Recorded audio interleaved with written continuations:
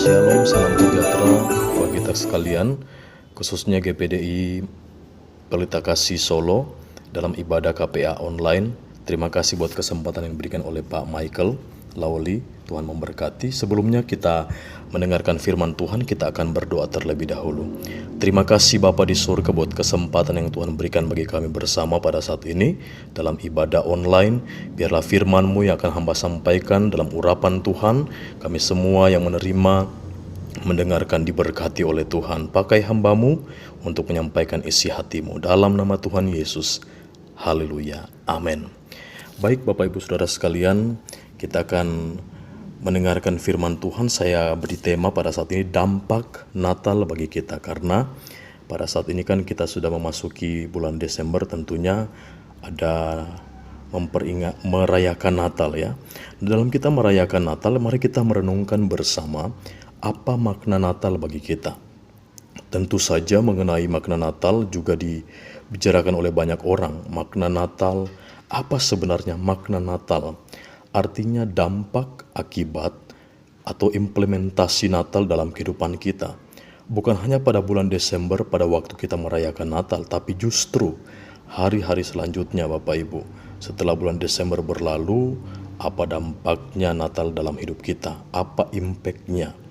Ini penting saudara, sebab kalau saudara sudah menjadi orang Kristen sejak kecil, saudara sudah merayakan Natal sepanjang atau sejumlah umur saudara. Kalau saudara sudah menjadi Kristen sejak 50 tahun yang lalu, berarti Anda sudah kurang lebih merayakan Natal selama 50 tahun. Kalau Anda berusia 40 tahun, Anda sudah 40 tahun, 40 kali maksudnya merayakan Natal. Bayi-bayi yang belum bisa merayakan Natal pun didandani dengan ornamen dan aksesoris Natal. Saya termasuk orang Kristen dari kecil yang sudah merayakan Natal sejumlah umur hidup saya. Saya sekarang berumur 36 tahun, saudara. Tetapi apa impact-nya? Karena dari yang saya lihat, saya jumpai dan memang tidak bisa dibantah. Saya ada di lingkungan orang-orang Kristen sejak kecil. Kehidupan mereka, kalau saya lihat sekarang ya, bukan kehidupan yang patut disebut Kristen. Artinya sebagai pengikut Kristus, dulu saya tidak mengerti kalau mereka ada di bawah standar yang Allah kehendaki, atau mereka tidak sesuai dengan standar yang Tuhan mau. Tapi sekarang setelah saya dewasa, saya baru mengerti bahwa orang-orang Kristen yang saya kenal waktu itu bukanlah orang Kristen yang sesungguhnya. Jadi yang saya lihat konflik antar tetangga ya, ada yang punya kolamnya disiram dengan oli atau minyak tanah. Ini yang melakukan itu majelis gereja, Bapak Ibu Saudara sekalian. Betapa banyak orang Kristen jahat, dan tentunya banyak yang menggoreskan di hati saya. Memang tidak menyimpan, tapi tidak bisa melupakan. Ada juga orang buat misalnya panggil arwah, apa yang istilahnya jahe langkung. Ada juga yang minum alkohol sebelum berdiri khotbah, belajar kanuragan ilmu, padahal Kristen tiap tahun merayakan Natal. Pokoknya kalau bulan Desember itu heboh, padahal selalu merayakan Natal. Mereka Kristen, tetapi kehidupan mereka tidak sesuai dengan kehendak Allah. Peristiwa-peristiwa itu, saudara, saya masih kanak-kanak, dan peristiwa-peristiwa itu masih menggores dan belum bisa terlupakan.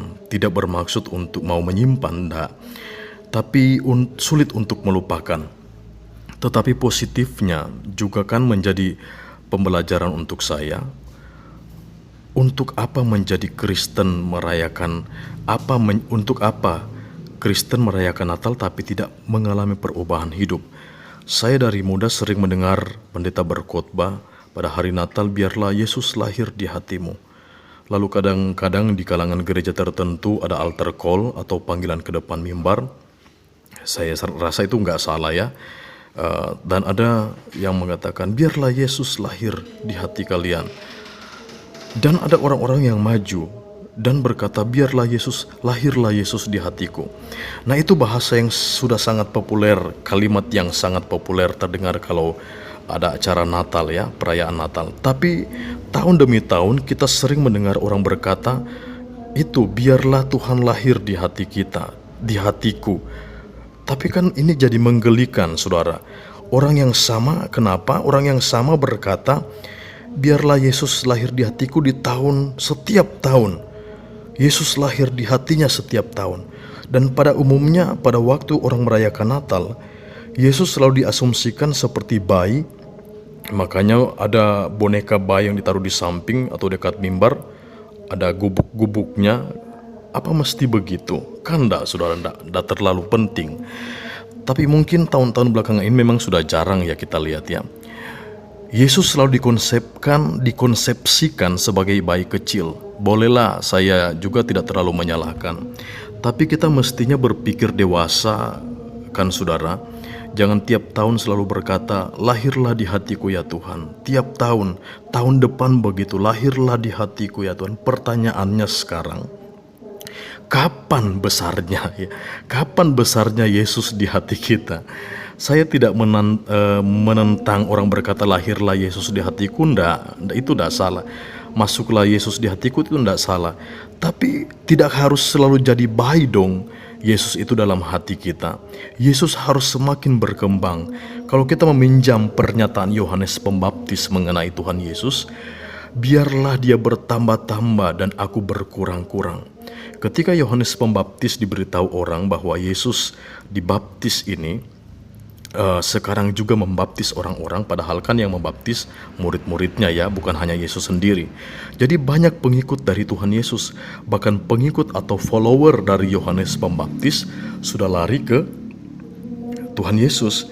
Nah, ini apa reaksi Yohanes yang perlu kita ambil di sini dari perikop khotbah yang saya bawakan ini terhadap orang itu? Yohanes berkata, biar dia bertambah-tambah dan aku berkurang-kurang.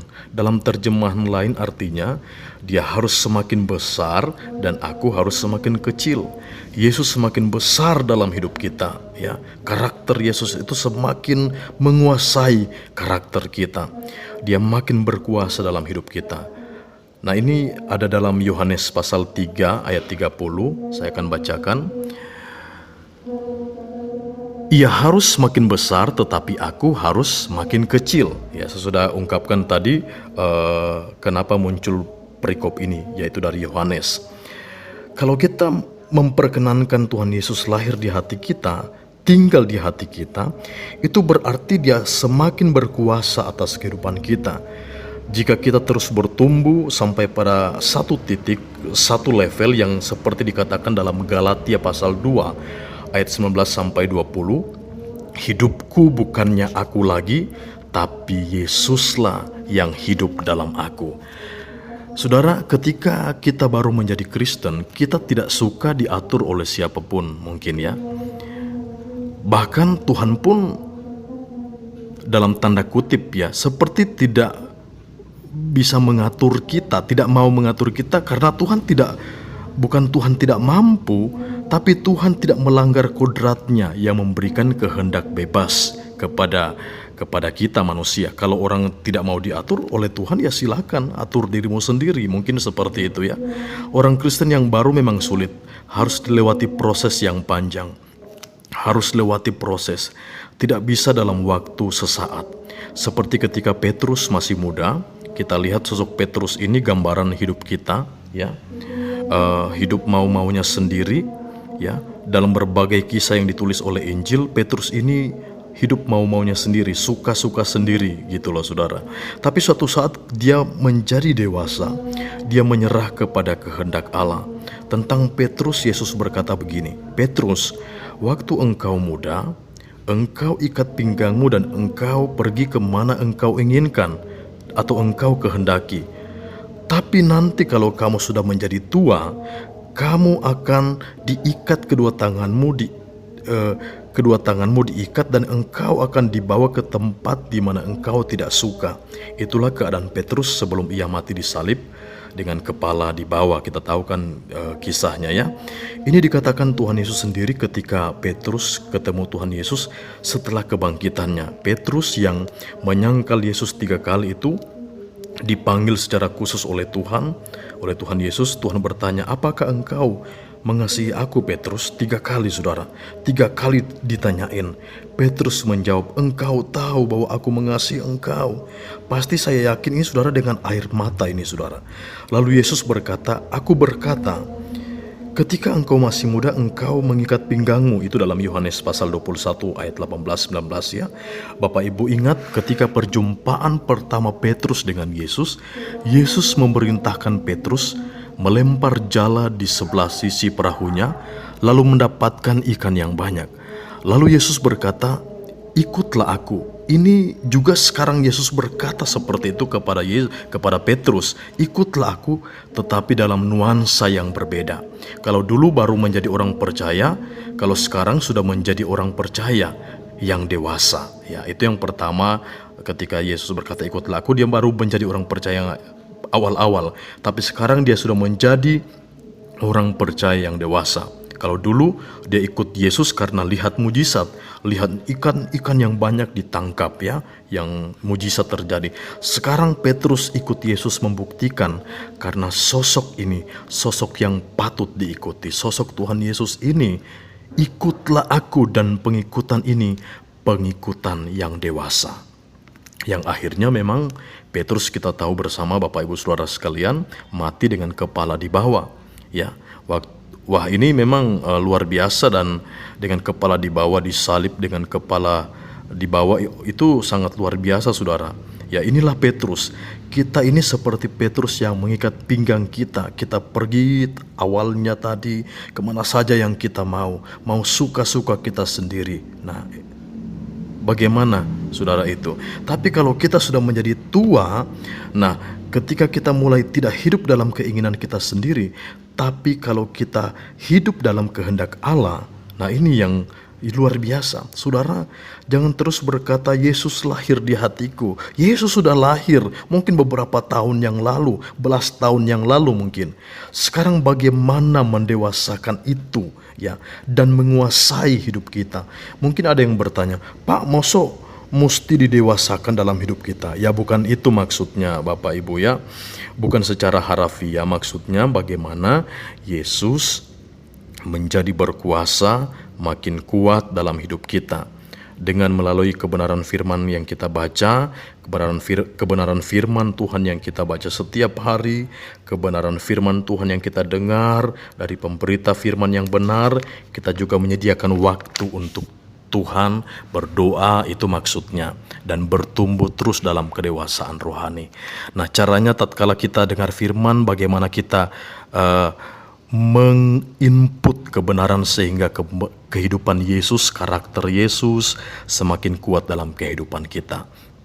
Nah, kalau yang dimasukkan dalam pikiran kita itu filosofi-filosofi dunia, filsuf-filsuf yang atau mungkin film-film tontonan yang tidak bermutu, ya pastilah kita rusak, pasti rusak hidup kita saudara, pasti tidak benar.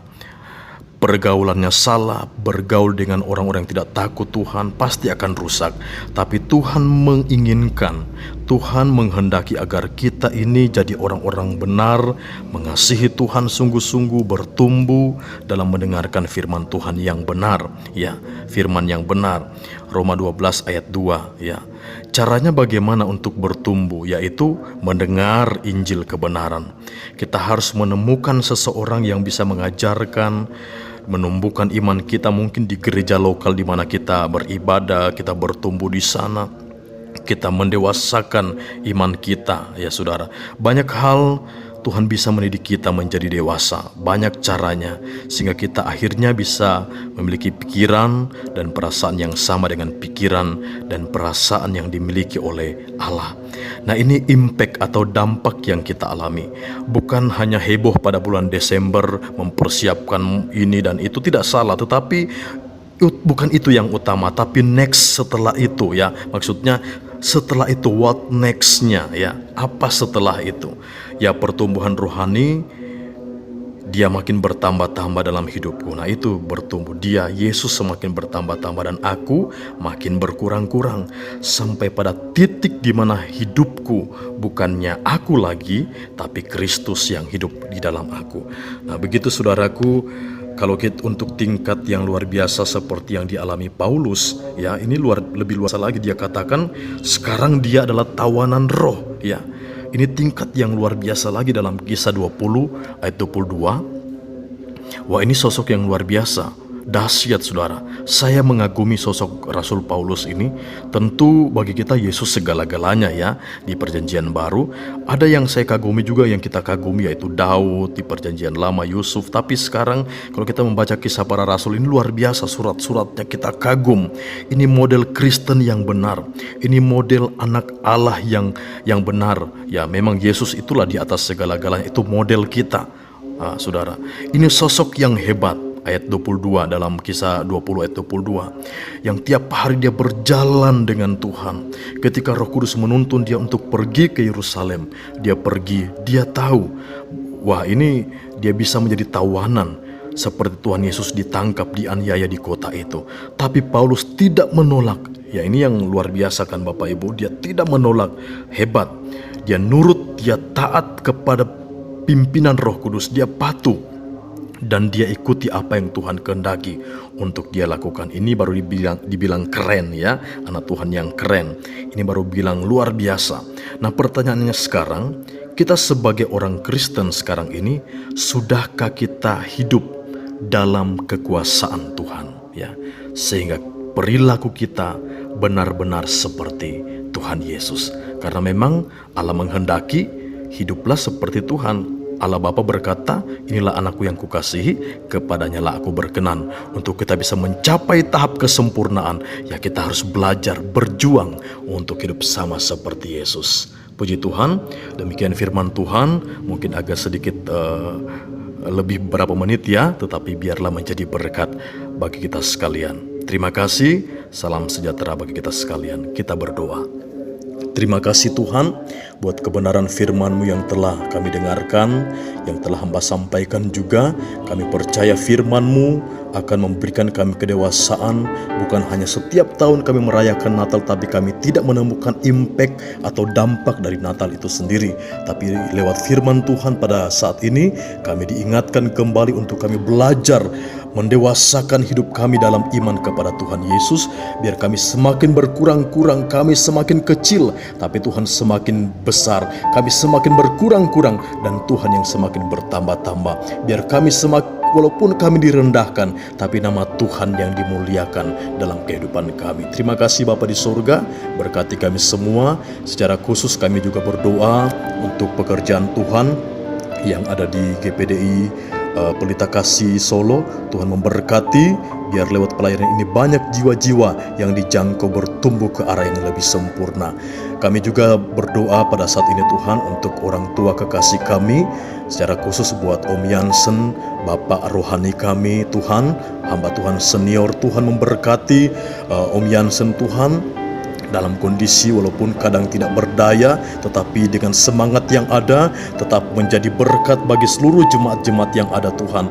Engkau memberkati, berikan kekuatan, hikmat, marifat dalam sisa hidup Om Tuhan, biar semakin hari semakin lebih lagi Tuhan menemukan apa yang menjadi yang Kau ingin sampaikan kepada jemaat-jemaat-Mu. Pakai hidup Om Yansen Tuhan untuk lebih lagi Tuhan memuliakan nama-Mu dalam kehidupan pelayanannya. Berkati keluarganya, anak cucunya, juga seluruh pelayanan yang ada di cabang-cabang gereja yang ada. Tuhan akan memberkati. Terima kasih Tuhan.